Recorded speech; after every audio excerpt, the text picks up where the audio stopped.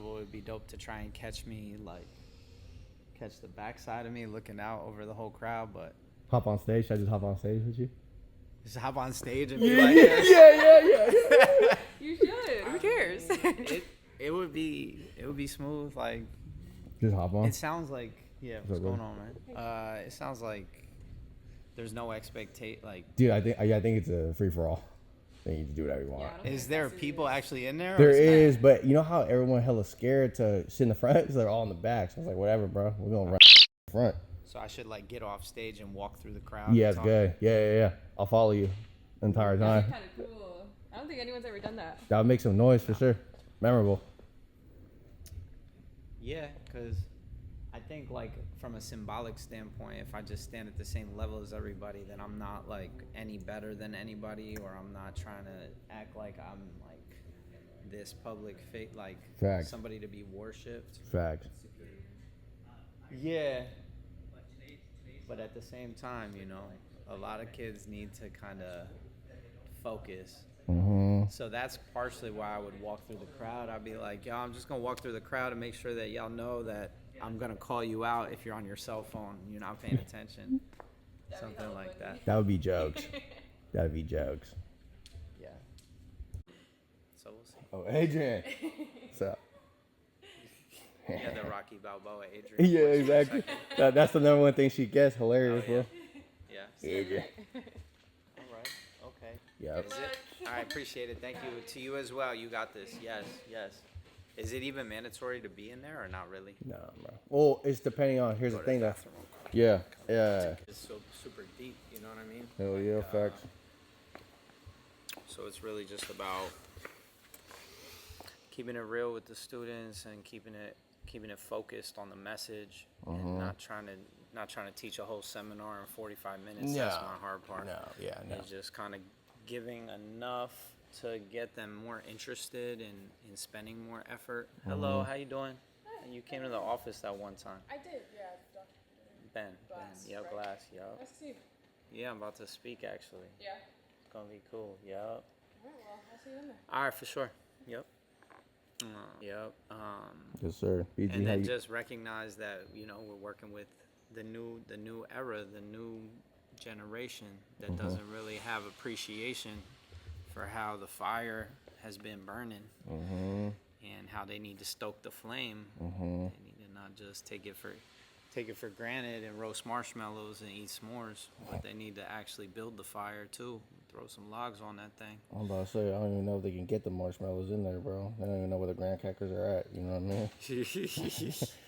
I mean, They're still outside the store, bro. They don't even know the addy of the stove. I was listening to some stats today from Arno saying how 15,000 chiropractors were Arrested? 15,000 chiropractors were arrested, 12,000 were prosecuted, and 3,300 went to jail. Yeah. Because they had to say, I was practicing medicine without a license, or go to jail. Yeah. And they chose to say, nope, I was practicing chiropractic, went to jail. Yeah. That's the OG. And he was saying basically that, you know, he's not sure the younger generation is aware of this. No. You know? No. And so I might hit him with something a little bit like that, little pieces of seasosoning. Well, I think that alludes to the fact that it's a privilege to be able to practice, and that this is, you know what I mean? You have a privilege to be a part of this. You don't deserve it. Yeah, no, I was super juiced reading that 33 Gold. Just so potent, the words and the... Shout out Dave Serio. But yeah, no, just he did with that book what I was trying to do with my podcast, because every single person that has a chapter in that book was on my podcast. Right, every single person was represented on my podcast. Right. And so it just showed me that, like, yeah, I was on point, you know, with just who I invited to be on the podcast to share the message. You know, so just need to channel that energy. What's up, bro? How you? We out here, just keeping it moving, keeping it positive. 2025, Spring for Life. In class 1055. 2025, Spring for Life. Yep, yeah. Intro to the vlog and the speech coming. Just appreciating being alive right now. We got a new baby. We already won. Yeah, facts. This is the Facts. this is the fruits of our labors. We've been asking for this for years. We put in work, never got invited. Finally got some recognition, got invited. Just not gonna waste this moment. We're gonna try and make the most of it.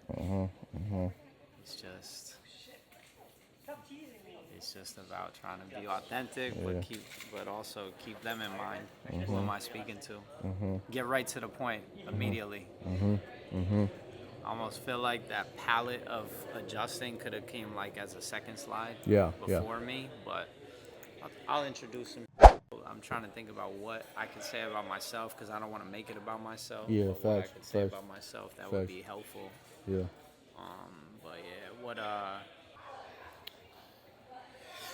what I hope to do is like have a warm reception. I feel like there's a lot of people here that are checked out, tuned out, just ready to go get drunk. You know, everybody's in their phone or they like planning the party. You know. Facts. So how are we gonna wake them up? How are we gonna wake these people up? Who wants it? Yeah. Who wants it, I bro? was talking with somebody about that. I was telling him in the parking lot, because he's about to finish clinic soon, and How many seminars you been to? I didn't even ask him, but I could guarantee you not enough. Yeah, facts. Big Phil. Eater. Can you hear me?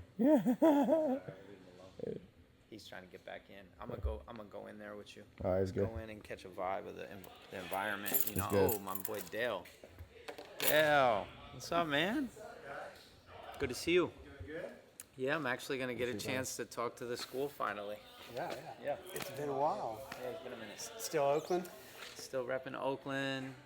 Still on that same project that we worked on together. I still Yeah. reference it. Yeah. And now it's actually coming to fruition. He started working with me in November, and we filmed the whole program, the Pre-Chiro program, the Chiro student program. It's all finished, edited, published, and I didn't get anywhere in talks here, but I want to measure it. You know, I was trying to talk to our research team here, and they were like, they didn't see how they could help me, and I was just like, can I get a meeting? But yeah. Yeah, the idea of Pre-Chiro would be following kind of an institutional metrics of who did that, who didn't do that, and some sort of assessment that's everybody takes. Yeah.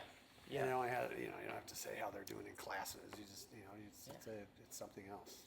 Yeah, it's like, are you more satisfied with the education you're getting? Are you more clear on what you need to accomplish before you graduate from this school? But we'll see. That kind of stuff, right? Yeah. So there's always a survey, that softer stuff, and then there's the harder stuff that has to do with. And what we were trying to measure in that Questions. survey, the soft skills are really what's it's popular right now in education. Everybody wants to highlight how they've done something to support their students' development in the soft skill department. So. Yeah, there's coaching, advocacy, basically being there for the patient, listening, understanding how you draw that line between the provider professional, the patient that may need a number of things. Yeah. And you're not so personally connected to them that you're kind of owning some of that challenge they have, but you're trying to. So where are you at in the school's ecosystem these days? You're not in the research department anymore. You haven't been for a while, right? Right. So where are you at Teaching classes, full-time faculty, now? work with the CBA and the union. Okay. So the faculty senate, that's the other side. If you were looking at some of these things, it's some faculty could, on the academic side, could be interested in just knowing that this is going well, that these skills are getting better. But the ones that would observe it would be, of course, the health center people. It's more of the educational type of research than it is, say, clinical. It's provider skill set. Yeah. So. And the other thing would be, if it comes to strategies and objectives and things of that nature, which are part of annual and 3-year and 5-year plans, most higher education institutions have not only at the subject level, but obviously with big university got several programs, so program outcomes, and then there's always an institutional. Yeah. The institutional objectives, this is the kind of person you go out to be. Yeah. The citizenship stuff. Yeah, Things you're being talking about. aligned with the Things you're brand of the schools. sort of Yeah, program so those are- offerings. That's right. That's the institutional outcome. And I remember trying to promote forever the idea we need to put those in play. What Would what it we be a want the stretch to graduate think that, just to get back to what you said about 30 seconds ago, a stretch to think that teachers, let's say biochem for example, would collaborate in the idea of how does this subject matter truly relate to chiropractic? So we have a course curriculum, and then we have like a little side workbook of like, hey, by the end of this by the end of this course, you don't need to submit this, you're not gonna be graded on this, but this is something that I put my stamp on as your teacher working with, I don't know, me or somebody else on like, this is how it relates to chiropractic. I think that's also a potential thing that could be beneficial. That's what they often call the threading. Threading. Things in the trenches of a classroom. Yeah. Are also trying to thread together with things that go beyond this class to the next one to somewhere down the line. The idea of the meta production. Basically the achievements you have. The meta competencies. Yeah, for sure. Yeah. Cool. And Well, so anyway, there's that's always what the we're care. pushing for. I mean, there's always a huge one. Was always quality of care delivered to patients. Patients are actually receiving high quality of care from what you got, and hence that then looks as though, or it can be extrapolated to say, well, if it happened in your clinical experience as an intern, you probably learned how to do it when you graduate and go out. So you'll pretty strong like set patient of skills. satisfaction. Yeah, but actually better. I mean, it actually measures that they're doing better. Yeah, that too. Which means there's a retention issue, or there's a self-promotional marketing value because your patients are now talking the talk and walking the walk for you. And if you need to, then you record them. Have your interns maintained a good quality, consistent, high Some. quality caliber? Because I know Some. that you get passed around as students Yeah, graduate. I've had probably A dozen or 30 to 50 different Yeah. interns. Yeah. So And so you But yeah, can that's the- probably yeah, see I've the seen- difference in I've seen some- generations. yeah, seen some differences, pretty significant, and a wide range In a of, good and of bad way. focus. Good, bad, and And ugly. the interns always want to do something that they want to do, a technique or an approach. Got it. Said, I got you, I understand. So that in some cases they lose a little of their momentum, their steam, when they're kind of held back, when they really wanted to do something like a Totally. non-force technique or something. Something. Yeah, I You got you. they wanted yeah. to do something else that they couldn't do here. So that means they end up applying Gonstead, diversified, SLI, or whatever, Have and it's to do really it, not yeah. where their heart is. Got it. So you can that- feel the passion's not that- there. Right, and that's kind of. What's up, man? Good to see you. Procedural care. Yeah. We just go through Just it. jumping through the Going holes. through most Yeah, of it. yeah. All right, well, we got to All go right, in Dan, and good to see speak. you. Yep, good to see you too. Good Thank night, you. brother. Take care. Yeah, absolutely, Dale. Take care. Yeah, so here's a perfect example of a teacher who is really difficult to get through his classes and his course material, and yet still gets the bigger picture. It's just implementing that on the class level. It's different, right? Like some of these teachers just want to make their classes super hard, and they want to make sure that you dedicate all your effort, energy into getting through them, but they also simultaneously are not doing anything to connect their class to chiropractic in a chiropractic educational space. So it's okay. Well, what are you dedicating yourselves to this quarter? Like, what is the focus, if anything, outside of classes? Outside of classes, well, in classes trying to nail down the sciences, but outside of classes, trying to work on my palpation skills and communication skills with other people. Okay, dope. So she's Yeah. kind of been helping me with that. She's trying to get me to palpation groups and Oh, okay, But nice. we really like AK. yeah. You guys like we AK? do Muscle applied testing. Okay. kinesiology, so- Did you do that first quarter as well? Yeah. Yes. Both Well, of our chiropractors at home did it. So. Oh, Yeah. got it. Well, it's good to go deep into something and also diversify your time spent because there's so many options. And so go super deep with AK and then come all the way out of it and be like, okay, I get the gist. I don't need to spend all my time on that. And then Yeah, go there's so many focus. clubs. A lot of clubs, and every club has so much depth. Like, you've gotten to see the depths of AK. There's that much depth in every other thing. So it's about you in the first year, before you make that commitment on your second year. That's what I'll be talking about, is like That's cool. Yeah. trying to Trying to go just commit to one club a quarter or commit to like one art form a quarter. That's kind of one of the things I'm gonna say for the first year students, and then the second year it's like just focus on that one. Yeah, right on. But yeah. You never know Looking what forward will to be it. Yeah. interesting. Alright, Nice to meet you, See on Jack. stage. All right, Good luck. peace. Yeah, thank you. All right. Nice to meet you. Yeah. What's your name? Lou. Lou. Nice Yeah, to meet you. yeah. All right, peace. Yep. Are we done laughing? All right, we good? Yep. Here we are. Just to get an engagement with y'all, how many people identify as a chiropractic student in the crowd? And keep your hand up if you identify as a chiropractor. It's okay if you're not there yet, but I want to just encourage you to start seeing yourself as a chiropractor, right? Because a lot of us are stuck on this chiropractic student thing. Being a chiropractor, it's a different look in the mirror, right? So my topic today is becoming a chiropractic artist. I would say that the art is heavily emphasized in this program, which is a beautiful thing. And the metaphor that I give to the different arts that you guys will explore in this program is that they're different colors in your palette. And let's just keep on the engagement tip. How many people consider themselves artists in life, in general? Okay. Yeah, because most of us, when we were raised, we were artists in different ways. Whether we were doing arts and crafts or dancing or playing sports, we were artists. And then we got a little older, we stopped seeing ourselves that way. It became more serious. We started judging ourselves. And here we are as graduate students. I mean, you guys are going to become doctors, and that holds like a certain seriousness about it that I think gets in the way of our artistry, right? So everybody in this program right now is probably dealing with different frustrations, different challenges, different things that are potentially getting in the way in their mind, but I want to encourage you to just lean into that discomfort, those frustrations, those challenges, those different things that keep coming up. Okay, cool. All right, no doubt.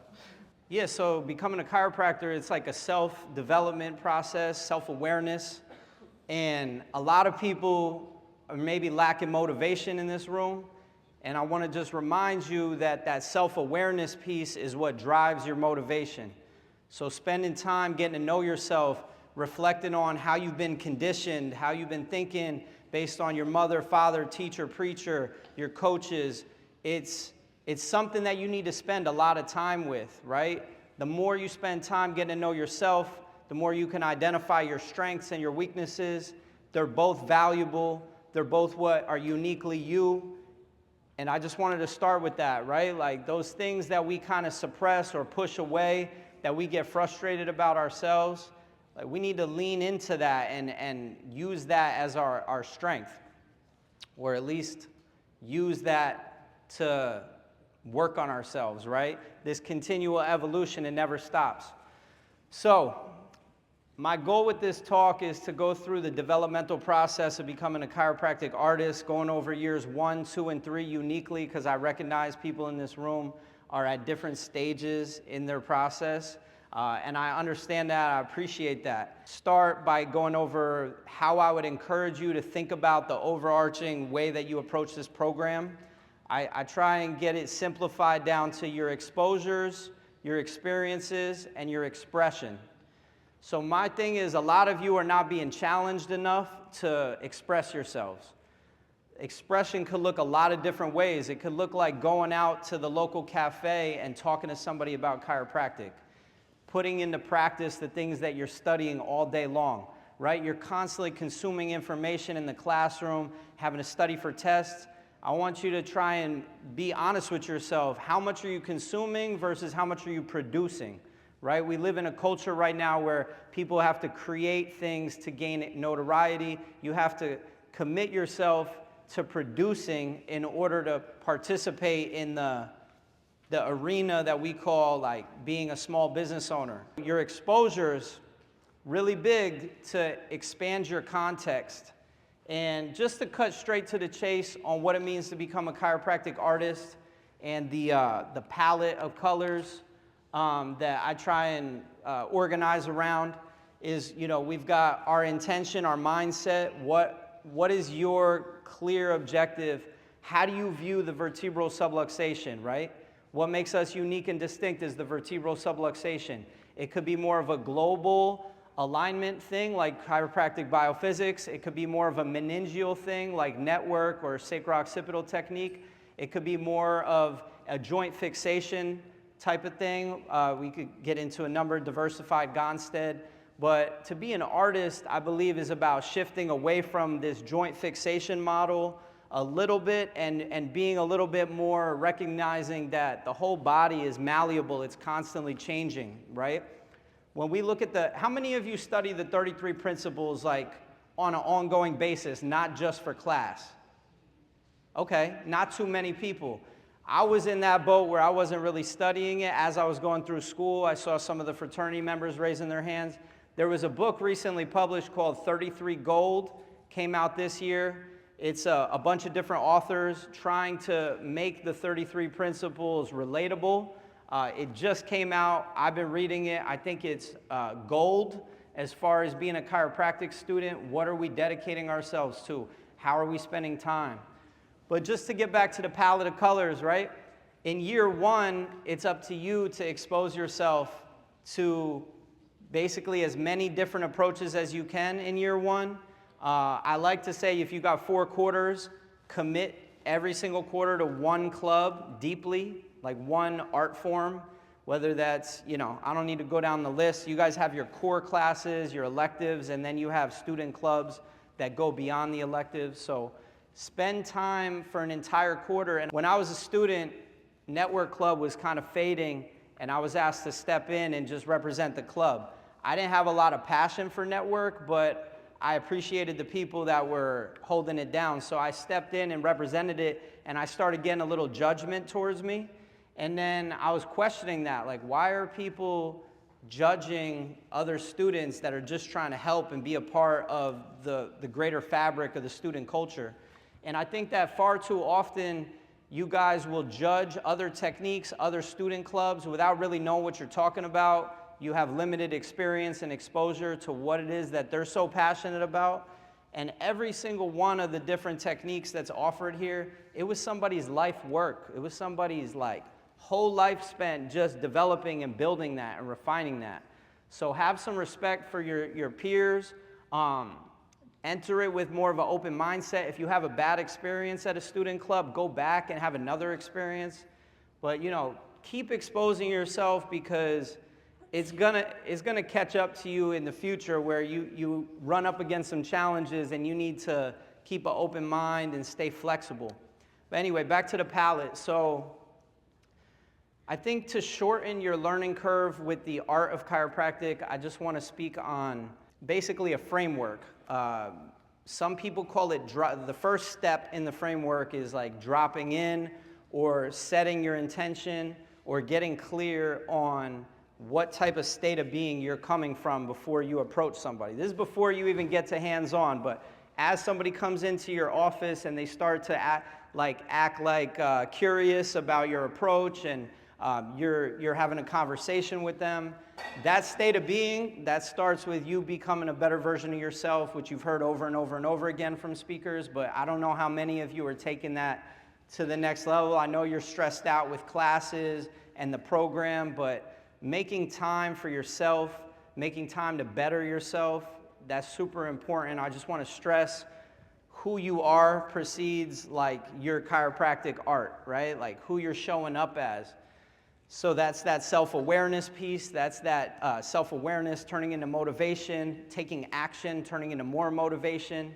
And you having this endless amount of energy really comes from you finding your purpose, finding out who you are that is unlike anybody else in this planet, and who you want to help, how you want to help them, and then just channeling your energy with a lot of clarity, like laser sharp focus. So that's step one, is like getting out of your ego, your intellect, and getting into your body, getting into your heart. So when I'm working on people, I'm not really thinking a lot. I'm not really like, okay, do I push in this way, that way? I'm more just feeling, listening, right? I'm just more with that person, connecting. The second step is how we position the person, right? So if when we deliver an adjustment, It's the innate intelligence that takes that force, constructively uses it to help a person release tension, release stress, find more connection with themselves. How you position that person on the table, it doesn't matter whether you're upper cervical, Gonstead, CBP, MLS, how you position them is going to determine how much muscle tension they have, how much they're guarding. I don't know if you've ever picked up like a baby that's just super relaxed versus tried to like wrestle with a person that you're trying to palpate in open lab and they're kind of fighting you. But that rigidity, you need to listen to that rigidity, because the goal before you deliver a force is to get that rigidity to go away, to get that person to relax on the table, to get that person to be seen, be heard, be listened to enough to open up, right? Because when we deliver that force, are we delivering it into a closed system or an open nervous system?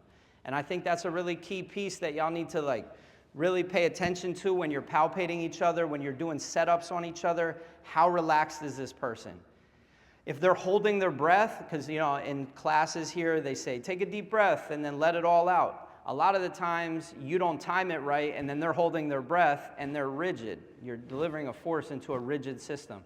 So this concept of momentum adjusting was taught to me by Jay Kamerick, and it's all about this process of adjusting somebody in motion, adjusting somebody in rhythm, okay? And we're gonna get to that in a little bit.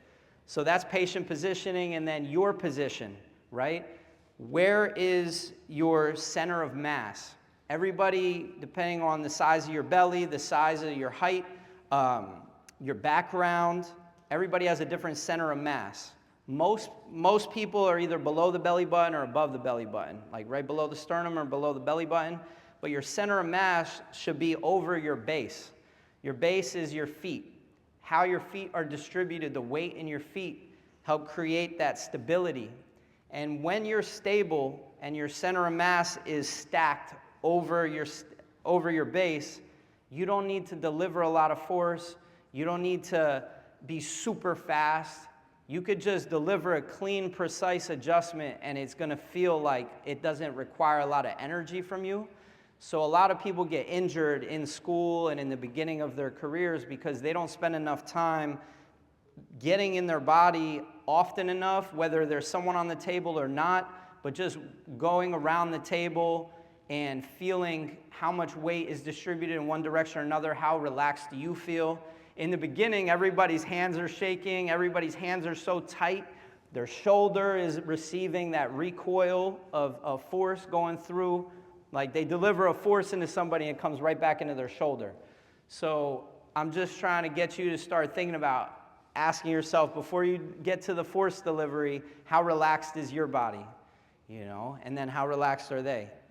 And then we get to force application. And how many people here train in the like the art form, like moving like a chiropractic adjuster? How many people are training on like a weekly basis, doing repetitions on how to move their body like a chiropractor? Okay, so we got about 10% of the, maybe 15%.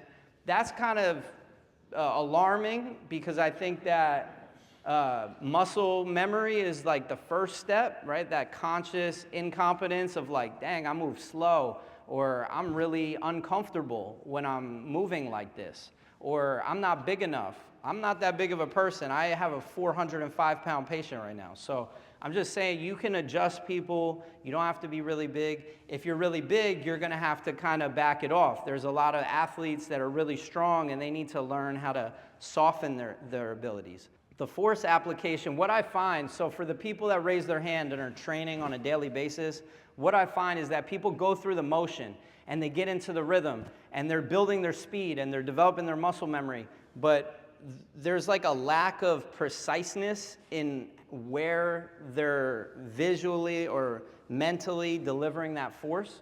So a lot of what chiropractic adjusting is being able to deliver a really specific force in a specific direction at the right time. You being relaxed, them being relaxed, everything's lined up. You deliver that force to create the most change with the smallest amount of input, right? Like somebody, I think Jay Kamerick would say, like, being able to go from 0 to delivering a 60-mile-per-hour 1-inch force, right? You're traveling 1 inch really fast with control. Force application is important. The only way you can get to the place where you have a refined force application is if you train in how you move. Things like MLS, KTC, and all the other clubs have methods that they teach their members for how to move like a professional, but also, and this comes to like year one experience. So we said exposure, experience, expression. Year one experience, see at least 5 high-quality chiropractors. They don't have to practice the same way, but they have to practice in a way that attracts you to them, whether it's their approach or whether it's their location, whether it's that you heard them speak here, whatever it is, go and gain experience in offices. I'm shooting super low with 5 in the first year. I would love to sit here and say go to 25 chiropractors in the first year, but really 5 for a series of visits, gain an understanding of their systems, how they relate to you, what it feels like to get adjusted over time. And yeah, the analysis. So the analysis is something that I think students get stuck on, and I totally understand. I had a hard time with analysis. You have a lot of different techniques that you take here, and somewhat they're all conflicting in how they recommend you approach the spine, analyzing for vertebral subluxation. The analysis is something that I think when we're thinking of like colors, all right, so in year one, you have to just study the analysis that's been given to you. Whether it's in your classes, whether it's in the technique clubs that you go to, the student clubs, study what's already been done. Year 2, it's like practice doing those. And then year 3, you start to kind of combine them to make them your own. Because nobody's going to be sitting there judging you in your practice on how you practice. It's going to be you on your own, in your practice, like what feels right to me. So just recognize that piece, that the analysis. So I'll just speak on my analysis and how I got there.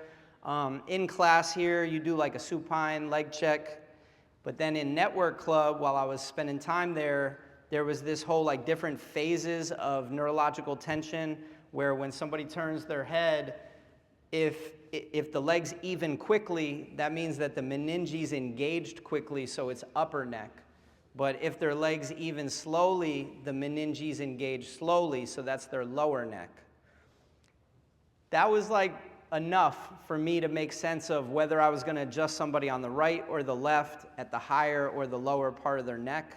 And then I would hone in on, right, there's an axis of rotation that every single joint in the spine has, and it's up to you to get familiar with the axis of rotation while you're there fine-tuning and doing these little micro pivots of like, do I adjust this way, right? If you were going to like, let's just say open a door and you lifted up on the door instead of pulled it, there would be a lot of friction. There would be a lot of resistance, right? But if you knew that the door just swung open because the axis of rotation of the hinge, you would just pull the door open. It's the same thing with the adjustments. You have to figure out where there's the least resistance when you're adjusting somebody. So a flip of like adjusting into tension versus adjusting into ease, that's like a challenge to your belief systems, and I'm here to somewhat challenge you because some techniques are like, let's look for what's open, let's look for where there's coherence, where there's resonance, and let's expand upon that. And some techniques are like, let's look for where there's stuckness, where there's fixation, where there's a lack of flow, and let's deliver into that. So it's up to you to figure that part out. I don't like to make this too much about me, but I have some unique pieces on my path that I just wanted to share. I didn't grow up with chiropractic. I found it in my last year of college. When I found it, I asked the chiropractor who really put me onto it to come speak to the Intro to Kinesiology students at Temple University in North Philadelphia. And over 150 students had never really heard about chiropractic before and were really into it. At the end of the talk, they came up, asked for his brochures, and it kind of opened my eyes to, wow, nobody really even knows that this profession exists. The kinesiology majors are like pre-primed, right? Like I was a college athlete playing tennis and soccer, doing personal training on the side, doing all my hardcore science classes as a kinesiology student, and I never even considered chiropractic. It wasn't even on my radar. Just to say that this Chiro Track symbol in the lower left corner is an attempt to create a pathway to chiropractic that we've been building. I actually started building it as a third quarter student here because I transferred here from a completely different type of school and realized like the education you guys are getting here is super different from what they're getting up in Oregon and Portland. And I had made friends up there, so I was like, wow, this is bad. Like they don't even know like anything about the philosophy, the art, or the science. And it was crazy to me. It's a health science university now, but I started going through this program thinking about how could I leave the next generations better off, right? I have a deep passion for helping you guys. I'm really here because I just want to help you guys as much as I can. If something I say today sticks, even just one thing, then I did my job of coming down here. But Chiro Track is like an 8-part pre-chiropractic program.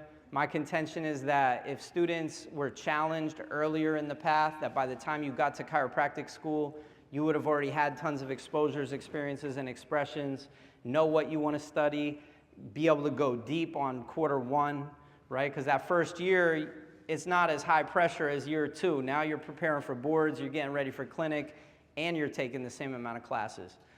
So anyway, let's keep it moving. My path was also unique in that, so I started my own club as a student with this recognition. We called it Chiro Movement. The idea was to go out into the community and let people know what chiropractic was. The community I came from, nobody really talked about chiropractic. The school I went to, nobody talked about chiropractic. So I was just like, this is crazy. This is one of the best professions in the world, if not the best profession. I'm honored after hearing that, people went to jail to become chiropractors and practice chiropractic. We are standing on the shoulders of people who lit this crazy fire like 100 years ago. I was listening on the way in here today that 15,000 people were persecuted for practicing medicine without a license, 15,000 arrested, 12,000 prosecuted, and 3,300 chiropractors said, I'm not going to say that I practiced medicine without a license. I practiced chiropractic, and they went to jail, and they were adjusting people in jail. And so people on their phones in the back are like, I'm not hating, but I'm hating because I'm like, y'all are tripping if this whole section right here has nobody in it and people are laying on the floor playing Tetris in the back, and we standing on the shoulders. It's bananas. But I'm not here to judge nobody. At the end of the day, I had a lot of challenges with staying still in this program. They force you to stay still a lot, and we're designed to move. We're all about movement, so it's all about the movement. So I went on a service trip with a couple of friends in my senior year here, in my 3rd year chiropractic school. That was dope. That was in Mexico. We just pulled up, didn't really know anybody in the community, put up some signs in front of a church, and then by lunchtime, there was a long line wanting to get adjusted. There was just 3 of us. We probably saw 80 to 100 people in one day, which was crazy. And I just want to say that because I know you're not like encouraged to do that, and it might not even be legal for me to say that, but it was really helpful for my confidence to get my hands on that many people, because by the time I left Mexico, it was like I was ready for practice. I was like, I know I could help people, because right here, you're being observed. You're not really sure you can help people like you can help people. You have doubts. There's barriers, right? But anyway, right after school, first week out, I moved to Honduras by myself, not knowing nobody, just walking around the streets with my chiropractic table, asking people if they wanted to get adjusted. And it was all off of, I don't know if anybody read that story. It's in that book called The Bigness of the Fellow Within, the story of that something. Anybody? Anyway, it's a story about B.J. Palmer. He loses all his money. He's basically homeless on the street. And he gets this drive to see beyond his current situation. And I kind of just carried that with me to Honduras. Like, yeah, I don't know nobody, but I have skills, and I'm going to see what is my goal? Why am I here? What's my purpose? And so within 7 weeks, I had been on the radio, the TV. I was giving speeches. It was getting dangerous. I actually had to leave because I was becoming a target. But I did a 3-day festival, like a month and a half out of chiropractic school, to celebrate the ways of the ancestors of the Garifuna people, which were losing their language, losing their customs. That was off the strength of adjustments. You know, I was adjusting somebody to get housing. I was adjusting somebody to get food, money, a place to practice. So I just share that because that was all off the strength of the mentors that I had. So just to touch on them for a moment, because I didn't get here by myself. Reggie Gold, anybody heard of Reggie Gold? He used to be out here on a quarterly basis spitting fire. It was crazy. Like he was 85 years old, and the things he would say were touching you at a deep level. And then Arno Bernier, he just passed this past year. Anybody study Arno? You could actually go online now on YouTube and listen to Arno's full-on talks. He was my biggest mentor. My second week here, I went to MLS seminars. Anybody not been to MLS seminars? Who hasn't been to MLS seminars? Okay, it's not what it once was. It's taught by somebody different. However, the principles are similar to what I shared with you today. I would imagine that if you went to that seminar, you would hear some of these same concepts. Also, the syntropy was also born out of MLS. KTC was born out of MLS. Samurai Seminars born out of MLS. Arno Bernier, he was just a beast, super deep. I was listening to him on the way over here. I'm not trying to be him. I know I'm not like that. I'm not on that type of wave. I got my own wave. So my whole thing is in year 3, not to skip around, but in year 3, how many people here are in year 3 of the program? Just a couple? Okay. My encouragement to you is to start to develop your own terminology, develop your own language, be unique. Don't follow what's been done, use what's been done and turn it into your own language. So for me, chiropractic adjusting rhythm, chiropractic adjusting blend, chiropractic adjusting analysis. If I was to give those to you and say, what do they mean to you? You know, I would just journal all day, every day about like what it meant to me. And so for the adjusting rhythm, my encouragement to everybody in here before the semester's over, maybe just make a mental note of it. Write down your adjusting rhythm. Write down like what in detail you do. Somebody lays down on the table, write that down. What do you observe in them? You write that down. Do you place your hands on your heart? How do you center yourself? Do you tune into your breath? You walk to the right side of the table or the left side of the table. You put your hands on the back of their medial malleolus and listen for the pulse. You push into their heels. You pull their heels. You lift up their feet. You go up to their shoulders. You have them take a deep breath in. You go to the rib cage, have them take a deep breath in. You go to their belly, have them take a deep breath in. You tap them on the side. You pull them off their shoulder so they're relaxed on their shoulder. You scoop their pelvis and bring them to the side so that they're on the glute flesh so that they're relaxed. And with one finger, you can move their whole body. And that's when somebody's relaxed on the table. And then like, do you have the majority of the weight on your front foot, your back foot? What do you say to them? Get into the process of writing down in as much detail as possible your adjusting rhythm. And then how do you listen to them to know that they're relaxed, right? So one of the things MLS was known for is the open window versus the closed window. When you have your hand on someone's neck or someone's pelvis or you're feeding in, it doesn't tie in with their breath. I'm gonna just say it like that, but you gotta pay attention to when the window is open, when they're relaxed and able to receive an adjustment. And is that force coming through you versus from you? Are you pushing, or is it just like, wow, what just happened, you know? And I think the more relaxed you are, the more quick you could be, right? Being tight is the enemy of speed, right?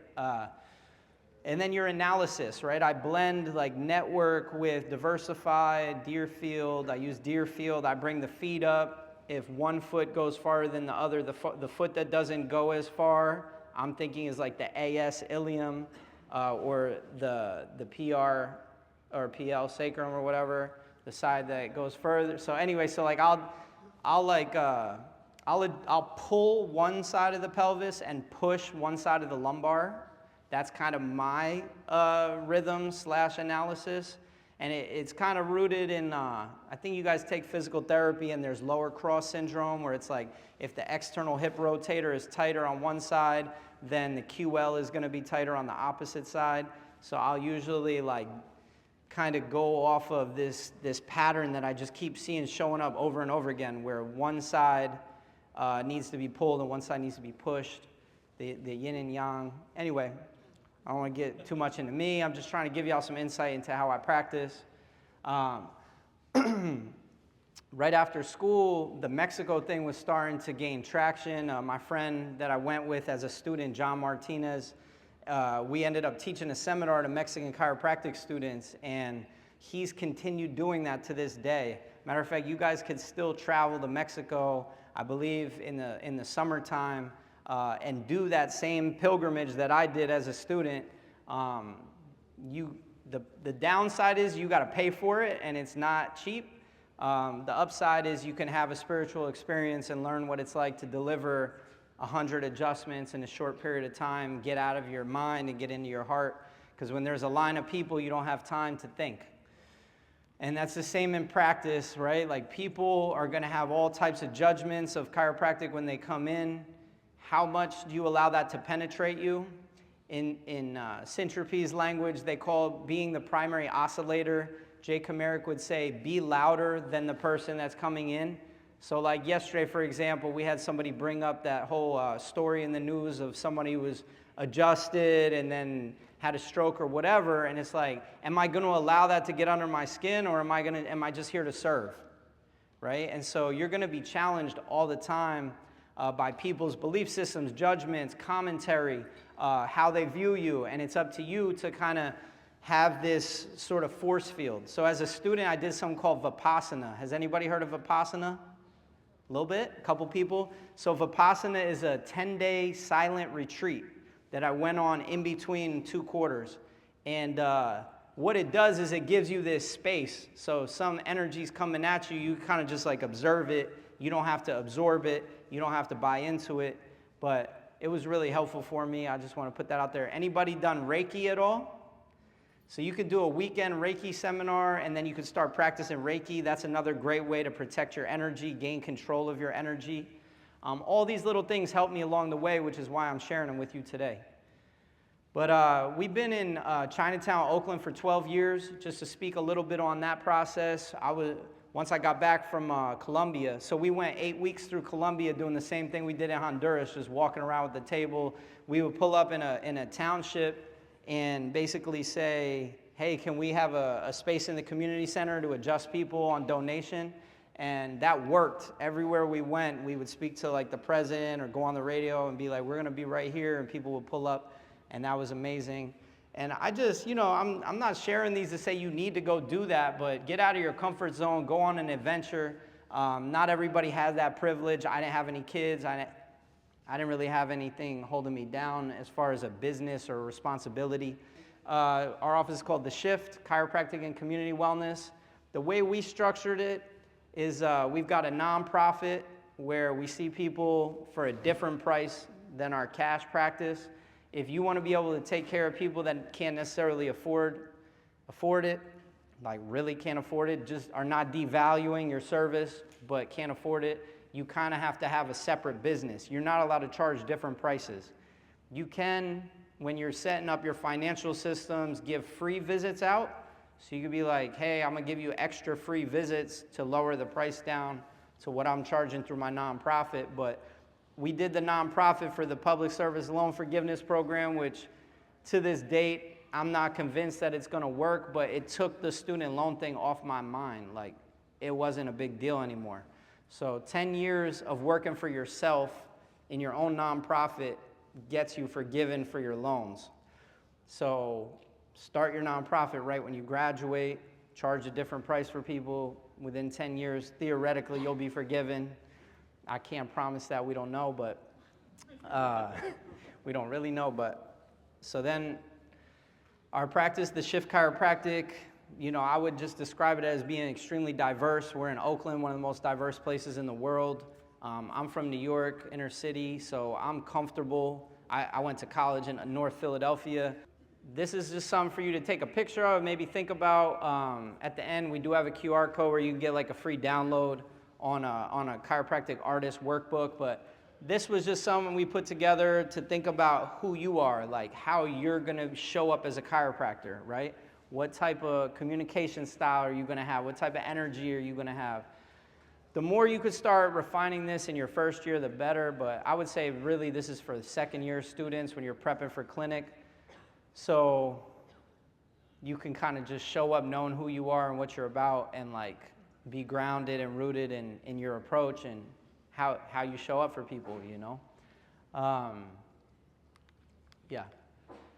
So yeah, this is that exposure, experience, expressions, year 1, year 2, year 3 idea, the palette, just a little infographic there. Yeah, I just appreciate being here with you guys. You know, I got 7 minutes left. I gotta honestly say, being a chiropractor, it's super dope if you commit 100% to putting the first thing first. Be a great adjuster. Everybody's so distracted by ART and functional movement, foundation training, acupuncture, dry needling, taping, bracing, all these therapeutic things. Chiropractic was designed to be non-therapeutic. We don't even fully have clarity on that in our graduates, but I'm just trying to say that if you could stick to being a chiropractor, being really dope at delivering chiropractic care, you'll get referrals, you'll feel clear on who you are, you'll feel good about what you're doing. And that's what I think most alumni that are most satisfied with becoming chiropractors are using their chiropractic degree to practice chiropractic. That's what I'm encouraging you guys to do. It's not the common path, unfortunately, right now. I'm just keeping it real with you. A lot of people are distracted, so much so that they get to clinic and they might do spring-loaded instrument technique, which I'm not knocking. You could do that as a practice, but be passionate about it. Don't just do it because you have to. And if you do it because you have to, you're going to have to put in the time visualizing and practicing outside of the clinic on the things that you want to do right out, because you want to hit the ground running, momentum. When you guys graduate, make sure you get right into practice, whether that's an associateship, whether that's starting your own practice. I had the confidence to start my own practice because of the types of paths that I took, but at the end of the day, you guys all have your own path. There's no right or wrong. I didn't talk about the third business model that we created. It's personal injury. And I know that personal injury is kind of a curse word in Life West, in a sense that it's therapeutically oriented, right?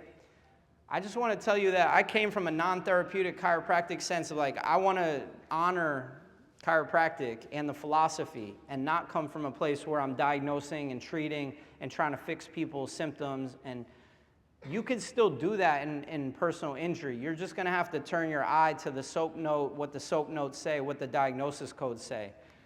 That's what I've chosen to do. It creates a lot of financial abundance. You could think of personal injury cases like this. People don't have to pay out of pocket. People can see you for 20 to 25 visits over the course of 3 to 5 months. And people can build that relationship with you over time. You take care of them exactly the same. You would take care of the people that are paying cash out of pocket, no different. You just have a couple extra forms every couple weeks. And it's been fun. I gotta say, it's dynamic. But do whatever feels right to you. There's so many options. There's such a diverse amount of paths. I tried to put together a success formula, you know. We have the 9:20 break. We have arguably 5:30 a.m. to 7:30 a.m. when school starts. We have 12 to 1 p.m. We have 10 to 15 minutes in between each class. And then we have, let's just say 5 to 7, because you're going to have to eat, you're going to have to study, and all that. Altogether, that's a lot of time every single day.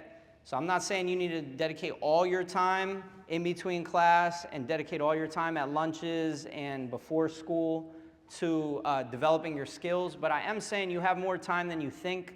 You just need to be organized. That's going to calm your nerves. What we've done is put together a series of courses that are designed to be just done in a few hours. We're saying in 33 days. We got a year 1, year 2, year 3, and then a transitioning into practice course. We're going to give it to you for free today. We're not here to sell it.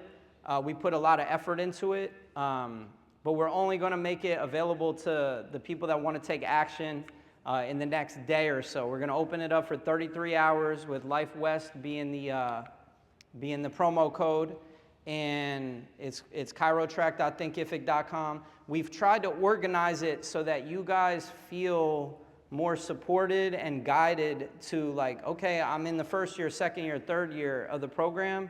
This is what I need to be spending time with, right? That's what I believe we all need. We all have unique interests. We have unique goals. And I think every single student here should be doing one-on-one mentorship. You shouldn't have to pay for it. Every student needs to be heard, to be listened to on a regular basis. I know Dr. Phil Dieter is working on a support system through the California Chiropractic Association. We need it here at Life West as well. You guys have all the potential to be amazing chiropractors and to graduate with the competencies to be successful in practice, but if you're confused on where you should put your time and energy, if you're distracted, right, you're not going to necessarily reach your potential within this program. That's that B at the end there, the barriers, right, our distractions. We might have a negative experience and feel the deception of a seminar or a person that we valued, a mentor. And then, yeah, mentorship is crucial. This is a way that I invite you guys to, like, measure yourselves right now. Like, how balanced are you? We broke innate up into your inner state, which is your inner scientist, thinker, artist, teacher, entrepreneur. Where are you really strong and where are you really weak, and how can you balance that out? Be honest with yourself. Don't lie to yourself that you're a great entrepreneur if you haven't studied anything about entrepreneurship or being a small business owner. Even if you become an associate, you're still a small business owner. There's a lot there, so don't take it lightly. A lot of us get talked at all day, and we don't practice our communication. I don't care if it's your roommate, your friend, somebody at the coffee shop. You call whoever you need to call in the other part of the world, but make sure that you get on the phone and talk to people and communicate in a way where you're starting to hone, like, how do I sound? Do I trust what I'm saying? Do I really feel what I'm saying is my truth? So, yeah, that's what it is. Thank you guys for your time today, and we're going to be here for question and answer, and I just hope that something here resonated with you today. All right, peace. Yeah, yeah.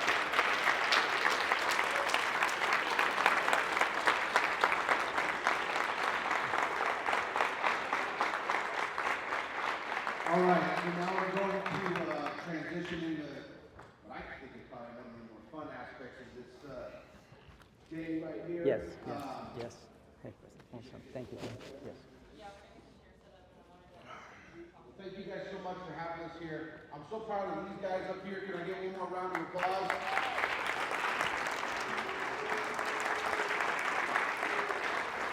You see how far they've come in their professional development. I know I took home something from each of their talks. Hopefully you guys can take home something from their talks too. If you want my notes and you want to send me, I'll talk about it publicly. I'm obsessed with this. I feel like I should brand it. It's just water. Well, I would say to you to look at some of the Latin American, like there's actually a Numa Mexico, P-N-E-U-M-A Mexico Facebook page for getting set up or finding the location or anything about navigating Mexico. But with the nonprofit, that's like extracurricular in my opinion. But if I had to say anything, it would be to like become a chapter of a pre-existing nonprofit so that you could just get going quickly, and they've already got all the bylaws established and all of that. Keep it simple for yourself. Don't get weighed down by it. That's the most important thing. Don't like allow it to pull you off of your focus on practice. So, and then yeah, if you want me to connect you with some people in Mexico, I'd be happy to. Yeah. So self-care. Yeah, I would just say you could go on and look at the different ways that we encourage people to increase their exposures to things. That gives you inspiration. Have new experiences, but yeah, try things for yourself, right? You're your own best experiment. Fast, exercise, push yourself, find your edge, make it variable, progressive overload. I don't know if I'm answering your question, but I mean, the better you get to know yourself, what you like to do, I would just lean into that, and whatever brings you joy, do more of that. I think even just asking that question to yourself and sitting with it, you know, you've been exposed to a lot at this point. What year are you? I'm in my third quarter. Oh, you're in your third quarter? Okay, yeah, so the best thing I would say is to get under really exquisite care, like really great care.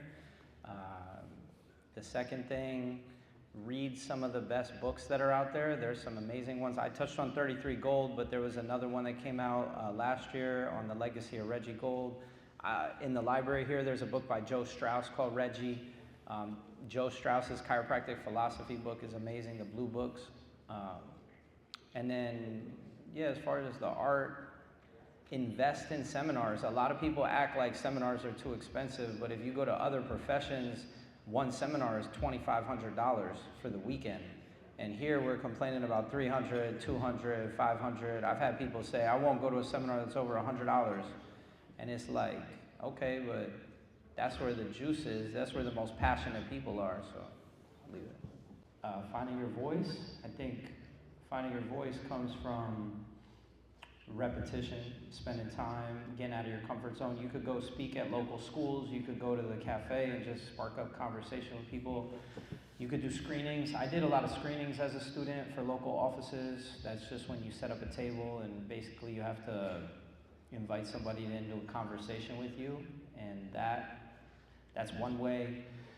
Obviously, like if you could, I don't think you have the time, but if you could find the time to work in a chiropractic office a few hours a week as the CA or shadow chiropractors and take notes on how they speak to people and how their front desk speaks to people, that'll inform some of what you're developing. But you know, just once again, the questions is like the answer is in the question, right? It's like, well, how should I communicate? Well, that's the great question to sit with. Through the AI lens, I think if we break down and dissect the experience of being a chiropractor, you're speaking to people out in the community. That's like your pre-qualification of the patient coming in, and then their first visit, their second visit at the front desk, as you're handing them off to your front desk person, as you're welcoming them back during your exam, during the consultation, how you're touching and telling them what you're finding during the exam, how you're reiterating that on the findings, report of findings, doctor's report, whatever you call it. Break down all the different areas where you have to show up and speak, and then ask yourself, what do I think is the most valuable thing? Like, what is the least amount of things that I can say that gets across the point? And practice that. You know, I'm not the biggest fan of scripting, but as a graduate, I had reflected that the clubs that had scripts and were practicing those scripts, it was actually really smart, because we don't know how to speak at first. So if we're just reading a script, we're actually speaking it in a way that has been polished and designed by a professional who has a good practice model. So that would be what I would recommend you do. That was cool. Yeah. I'll just start by saying that I think the recognition that that's happening is the first step, and then the second step is you seeing yourself as the solution. Everybody here has the power to right a wrong, or to build a bridge, or to create something. I think that everybody here is really creative, but not everybody here is expressing that creativity enough. So I think if I was to challenge all of you, it would be just asking yourself, how can I contribute? So the way I kind of think about it is your last year while you're here, or right after boards. So there's like this kind of valley, not a peak, after boards, where you have a few weeks or months, like dedicate that time to developing a solution for the community, contribute to leave it better than you found it. You're in a collective of people, like-minded people, so you know, work together, think tank style, but I think that we need more examples, right? Like in other professions, there's hackathons where you show up for the weekend and people split up into teams and work on solutions and present at the end of the weekend what they developed. So we could have chiropractic student hackathons. We could have opportunities for students to demonstrate their skills, which literally forces the students that are like just coasting through the program to show up and represent themselves and feel like oh, okay, I need to like step it up. I'm not where I need to be yet. Or, you know, I'm inspired by my peer and where they're at. Let me do that in my own way. So I think there's a lot of room for creativity and innovation. You know, we don't give out enough opportunities. So I think just creating that opportunity for students in the school to participate in different things, that's key. While we have a little bit of time here, everybody needs to up their level of urgency in general. Right now, I'm operating at a high level of urgency. I just had a second kid 2 weeks ago. We're in discussion. Yeah, we're in discussion to try and get this pre-chiropractic program going at different institutions at the high school and college level, and that just requires like a lot of effort, a lot of work, and so just sleep less, put in the work. That whole work-life balance thing is not supposed to be for you guys at this stage. Like, go hard in the paint. I'll just say one word real quick. Yeah, just adaptability is crucial. So when you spend time in all these classes, make it work for you. Don't make it work for just the teacher. It's not about the teacher, it's about you. You're spending money on every single class you sit through, so make sure that you spend that time thinking about how does this class relate to where I'm going. And yeah, trust your intuition. There's books called Life Without Fear, Are You the Doctor? There's all these books in chiropractic about figuring out a way, finding a way, trusting the process. And that just applies to like whatever you're going through in your classes. Myself and,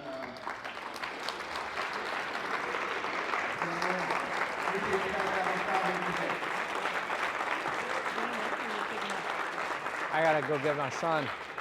You know how it is these days, bro. It's all about running from one place to another. Yep, I gotta go pick up my baby. I told her this morning, I said, Dad, I'll pick you up at 4.